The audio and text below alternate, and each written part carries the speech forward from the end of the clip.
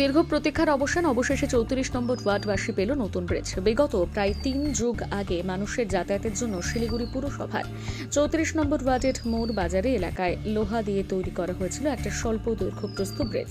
প্রশাসনের উদাসীনতার ফলে বর্তমানে ব্রিজটি জরাজীর্ণ অবস্থায় পরিণত হয়েছে। ওই ব্রিজের উপর দিয়ে চলাচল করতে গিয়ে মাঝে মধ্যে দুর্ঘটনার শিকার হচ্ছে স্থানীয় বাসিন্দারা। বহুদিন থেকে প্রশাসনের কাছে বারংবার নতুন ব্রিজের দাবি করে আসছিল এলাকাবাসী, আর সেই দাবিকে মান্যতা দিয়ে অবশেষে উত্তরবঙ্গ উন্নয়ন দপ্তরের উদ্যোগে নতুন ব্রিজের শিলান্যাস হল শুক্রবার।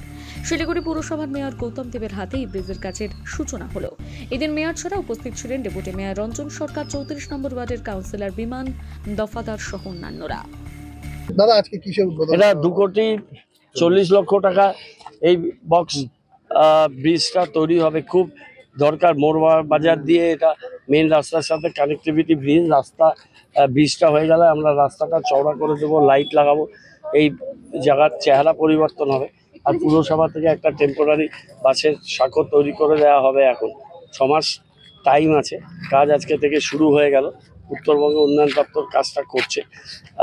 এটা খুবই একটা প্রয়োজনীয় কাজ। মমতা বন্দ্যোপাধ্যায় তার সাপোর্ট এবং উত্তরবঙ্গ উন্নয়ন দপ্তরের মন্ত্রী মাননীয় উদয়ন গুহ, তিনি এটা অনুমোদন করেছেন। তার কাছে গিয়ে আমরা রিকোয়েস্ট করেছিলাম।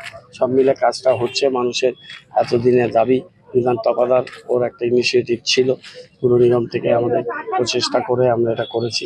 পুজোর আগে আশা করছি যে এখানে ব্রিজ, সম্প্রসারিত রাস্তা, এখানকার লাইট ব্যবস্থা, যোগাযোগ, এটা দুই সাইডে রাস্তা চড়া করে খুব সুন্দরভাবে আমরা করে দিতে পারবো। দাদা, কালকে মুখ্যমন্ত্রী যে ঘটনাটা ঘটে, খুবই আমরা মর্মাহত, আমরা উদ্বিগ্ন। আমরা সর্বশক্তিমান ঈশ্বরের কাছে, মায়ের কাছে প্রার্থনা করি যে আমাদের মাতৃসমা দিদি, তার যাকে আমরা শ্রদ্ধা করি, ভালোবাসি, তিনি আমাদের অন্তরের নেত্রী। তিনি তাড়াতাড়ি মানসিক শারীরিকভাবে সুস্থ হয়ে বাংলার মানুষের মধ্যে ফিরে আসুক।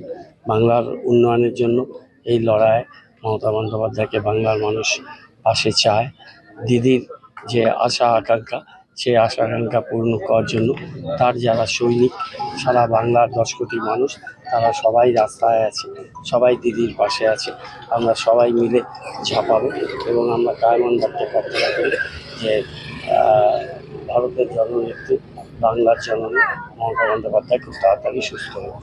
তোমার রানী রয় বাড়ি কোথায়? এই যে সামনে।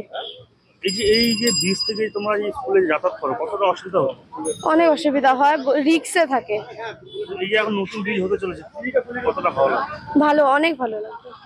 অনেক সুবিধা হবে, কেন এটা দিয়ে যাওয়াই যায় না। একটা বড় গাড়ি ঢুকলে পরে আরেকজন মানুষের যাওয়া আসার অনেক অসুবিধা হয়। কোন স্কুলে? এই রেলওয়ে হাই স্কুল।